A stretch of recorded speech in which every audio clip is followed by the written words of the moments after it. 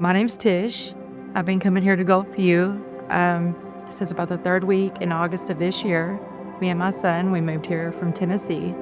In 2021, I was arrested. All right, the reason for that is because I was on drugs and my drug use had hit like just the worst that it had ever gotten to. I was on drugs since I was about 13 years old. And so by the time I was arrested, that was about 14 years of drug use, a little over 14 years.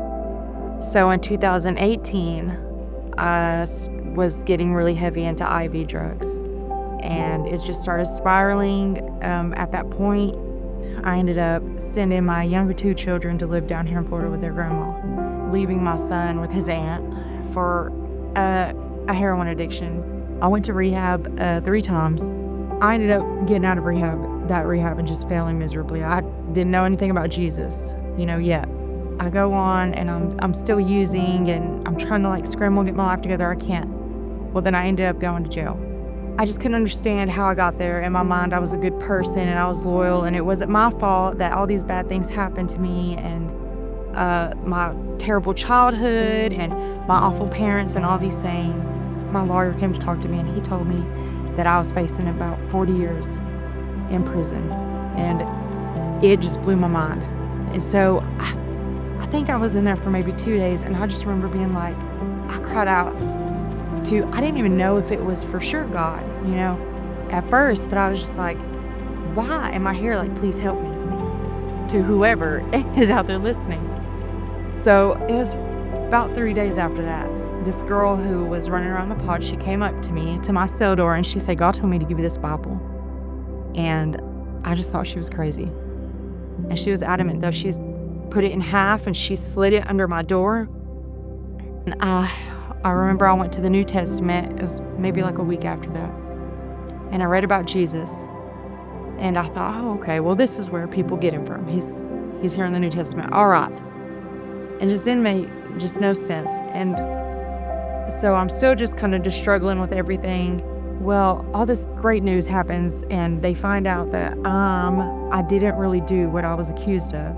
They tell me that I'm going to end up being released. I'm not facing all this time. And I thought, that's wonderful. Thank you, God, for answering me. You saved me. You helped me.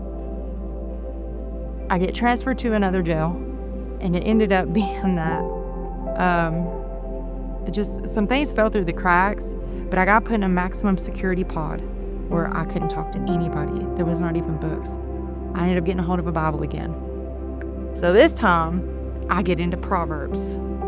And when God is talking about the wicked and the righteous, I was everything wicked that he said. And I thought, and I knew then that I was going to hell. I just knew that. So I asked him, I was like, well, God, I don't want to do that. I don't want to go to hell. And, well, he ended up, answering me, but he ended up introducing me to his son. So I'm reading, and I'm reading about Jesus. But my heart didn't really start to get into it until I started reading about the promises, for your kids. I also knew that I had put them on the path to hell. Just and so when all these realizations hit me, after I read what he said was wicked, and I taught my children that God wasn't real, and all these things, I taught them, I basically had to be dishonest and all these things. It really hit me. And I'm like, God, help me, help my children, though. Help my children, help my children.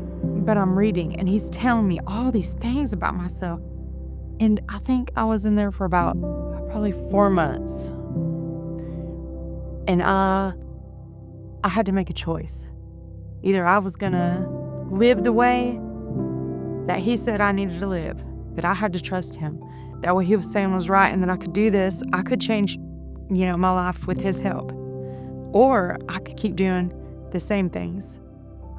And so, but I had to believe everything that he said. I felt that choice, and I said, I'll do it. I asked you to save me. Well, then I start praying, and I'm reading. What I didn't realize, all the time that I spent reading that Bible, eventually, it changed me.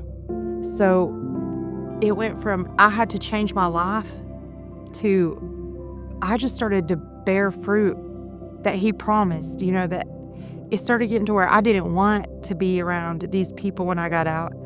Like the way that I reacted, the way that I treated people, what I even wanted, even my desires, they changed.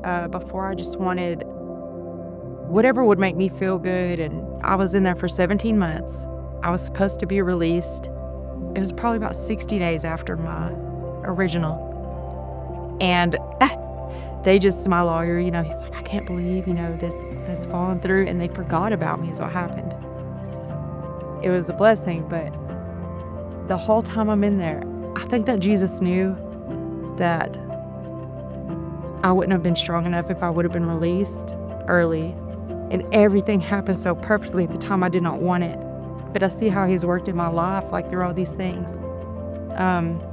Even my kids, now they just the difference. And I thought surely I wouldn't be in their lives, but the Lord has just moved me so quickly.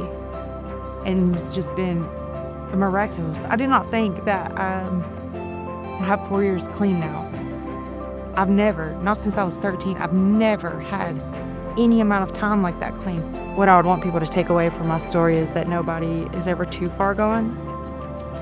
The Lord can bring back whoever he wants, and he can reveal his truth to whoever he wants at any time. And I believe in praying for people's hardened hearts, for sure, because I knew that I had one. When he says he'll take your heart of stone and give you a flesh one, I know that because he's done that.